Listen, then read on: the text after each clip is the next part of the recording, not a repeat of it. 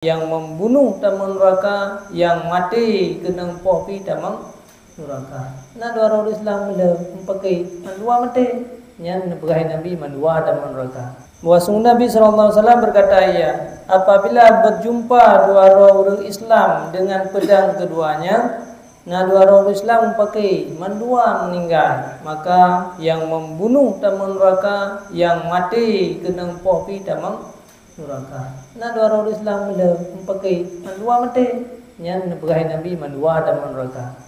Dan yang lain sahabat, ya Rasulullah, kajut orang yang poh taman neraka.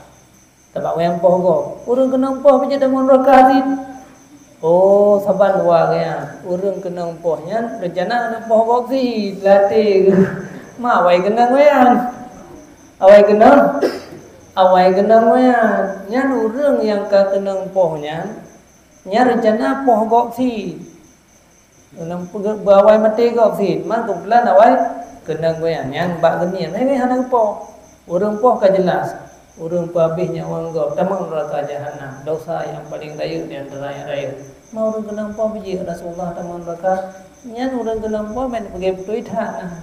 Igonya rencana bawai mati go si, man kebetulan talu goya.